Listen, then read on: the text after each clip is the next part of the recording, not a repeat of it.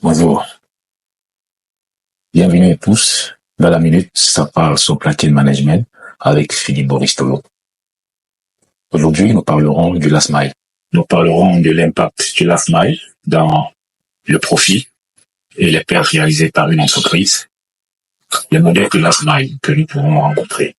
Les entreprises se sont rendues compte au cours des années qu'il était important pour pouvoir contrôler le marché et garantir la pérennité de son chiffre d'affaires, de pouvoir se rapprocher au maximum du client final. Parce que le modèle opérationnel qu'il y avait avant, c'était vendre au maximum, même si c'est un grossiste qu'on les vend. Or, lorsqu'on vend au grossiste, on ne parvient pas à dicter le marché, on ne parvient pas à contrôler le marché parce qu'il suffit qu'un grossiste qui a l'habitude, par exemple, d'acheter 50% de la production, commence à nous faire du chantage pour que notre chiffre d'affaires, nos ventes soient plombées. Donc, c'est dans cette optique-là, ce regard de tout ça, de vouloir contrôler le marché et d'éviter de dépendre et ceux qui ne sont même pas vraiment les décideurs du marché, que les entreprises sont lancées dans le last mile. C'est quoi le last mile? Pourquoi le last mile? Le last mile est cette approche logistique qui permet à une entreprise d'aller livrer le client chez lui, peu importe où il se trouve dans le monde, que ce soit dans la plus lointaine branche de l'Amazonie, que ce soit dans le plus lointain village de l'Afrique. C'est ce process-là, c'est cette démarche qui pousse l'entreprise à construire un schéma logistique logique pour pouvoir atteindre son consommateur final, peu importe là où il se trouve. Le last mile voudrait dire dernier kilomètre. Littéralement, ça se traduit par dernier kilomètre en français. Alors, le dernier kilomètre, c'est effectivement cette approche-là, cette démarche qui permet d'aller livrer le client, peu importe où il se trouve, avec des moyens logistiques, des transports multimodaux qui puissent être à disposition. Un exemple. Imaginez le scénario d'un client vivant dans une île en Afrique et voulant se faire livrer par une entreprise européenne. Alors, l'entreprise mettra en place un schéma logistique qui lui permette de mettre la marchandise du client soit dans un avion cargo, soit dans un navire, indépendamment du volume et du poids de la marchandise.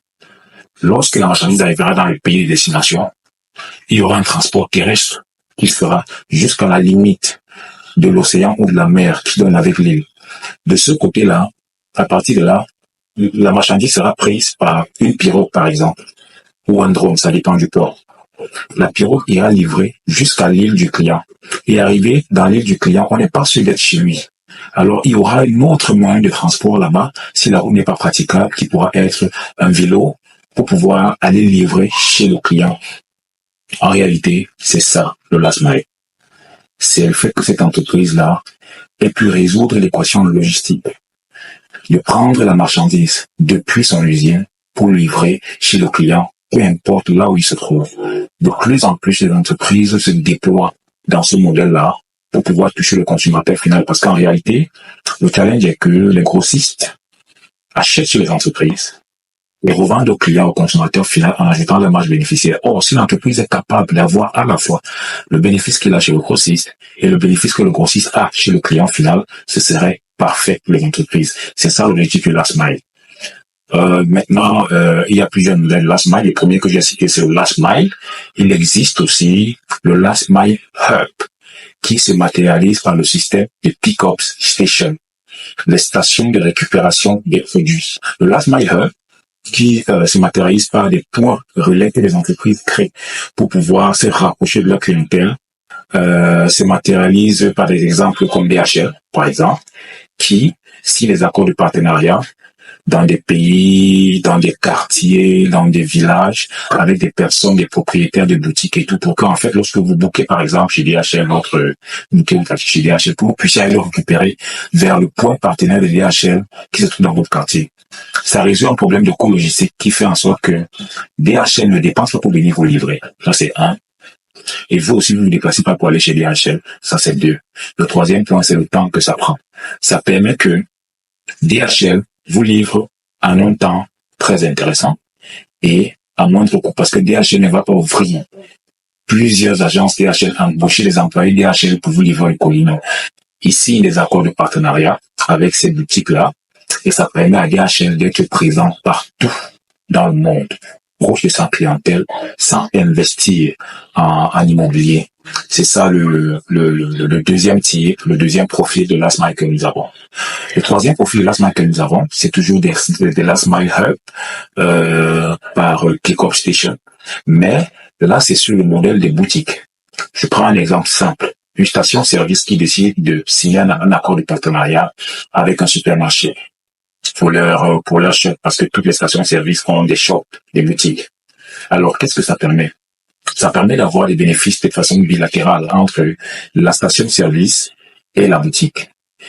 Les clients qui sont abonnés à la boutique viendront acheter à la boutique parce que la boutique sera présente partout où la station-service se trouve. Mais également, ceci crée un flux au niveau des stations-service qui fera en sorte que certains clients venant juste acheter des aliments dans des boutiques pour lesquelles ils sont abonnés seront tentés de, par exemple, faire une recharge de carburant dans la station-service qui est là. Et vice-versa, on aura des clients de la station-service qui, parce qu'une boutique, peut-être qu'ils ne connaissaient pas avant, est implantée au niveau de la station-service, besoin se faisant, iront acheter au niveau de la station-service de cette boutique-là. Et ça fait en sorte que les deux entreprises gagnent des clients de l'un et de l'autre. Le supermarché, lui, il aura une superbe affaire parce que il sera présent partout, la station-service sera présente sans avoir à investir à construire des supermarchés dans ces zones-là. En réalité, terre à terre, c'est ça le Last Mile. J'espère que le thème vous a plu. N'hésitez surtout pas en commentaire à me poser toutes vos préoccupations, vos commentaires en vue de l'amélioration des prochains thèmes. Merci. À très bientôt. C'était Ça paraît se avec Philippe de Risteur.